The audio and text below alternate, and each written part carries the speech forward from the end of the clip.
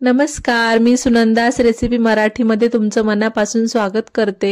तर आज आपण गाड्यावर जशी मिळतात तशी कुरकुरीत आणि चटपटीत कोबी मंचुरियन घरच्या घरी कसे बनवायचे ते बघणार आहोत। बाहेरून कुरकुरीत, आतून छान सॉफ्ट आणि मस्त शिजलेला आहे, तुम्ही बघू शकता। ज्यांना कोबी आवडत नाही ते सुद्धा हे कोबी मंचुरियन आवडीने खातील, एवढे चवीला मस्त लागतात। फक्त एका कोबीपासून 3 ते 4 जण पोटभर कोबी मंचुरियन खातील एवढे तयार होतील।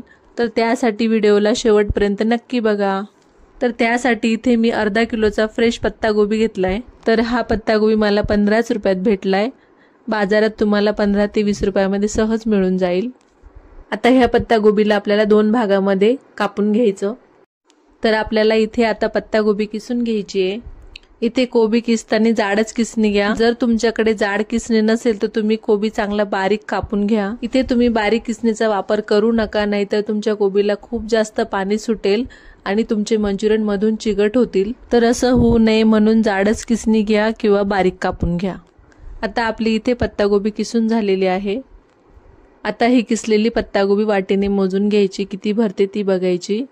तुमच्या घरात कोणतीही अशी मोजणारी वाटी असेल त्या वाटीने तुम्ही असं माप घ्या, म्हणजे तुम्हालाही याचं प्रमाण कळेल। तर आपला इथे बरोबर 3 वाटी कोबी भरलाय। आता लगेच यामध्ये 1 चमचा लाल तिखट घालून घ्यायचं। लाल तिखट मी घरचंच घेतलंय। नंतर यामध्ये पाव चमचा काळी मिरी पावडर घालायची। त्याचसोबत यामध्ये 1 चमचा अद्रक लसूण पेस्ट टाकायची।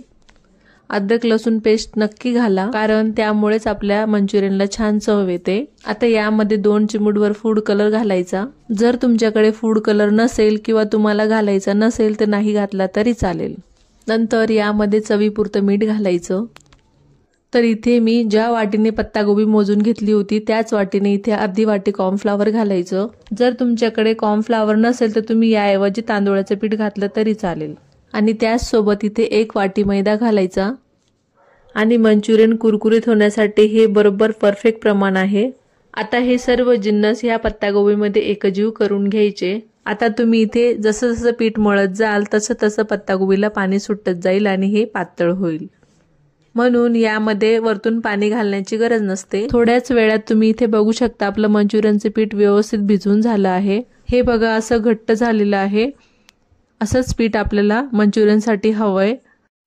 आता लगेच यामध्ये 1 चमचा सोया सॉस घालून घ्यायचा। सोया सॉस कमीच घाला, नाहीतर मग मंचुरियन तळल्यानंतर काळे पडतात। आता या सोया सॉसला पिठामध्ये व्यवस्थित मिक्स करून घ्यायचं। आता आपलं इथे मंचुरियनचे पीठ तयार झालं।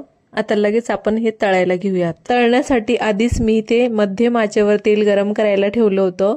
आता काय करायचंय, हाताला थोडं पाणी लावून घ्यायचं, म्हणजे आपल्या हाताला पीठ चिटकणार नाही, म्हणजे मग एक एक करून मंचुरियन तेलामध्ये छान सुटसुटीत सोडल्या जातील। तुम्ही गाड्यावर बघितलंच असेल की हातामध्ये असा पिठाचा गोळा घेऊन छोटे छोटे बॉल्स तेलामध्ये सोडले जातात। हे बघा मी दाखवते अशा पद्धतीने। जर तुम्हाला असे सोडायला जमत नसतील तर हाताला थोडंसं पाणी लावायचं आणि आपण जसे रेग्युलर तेलात भजे सोडतो ना तसे सोडले तरी चालतील।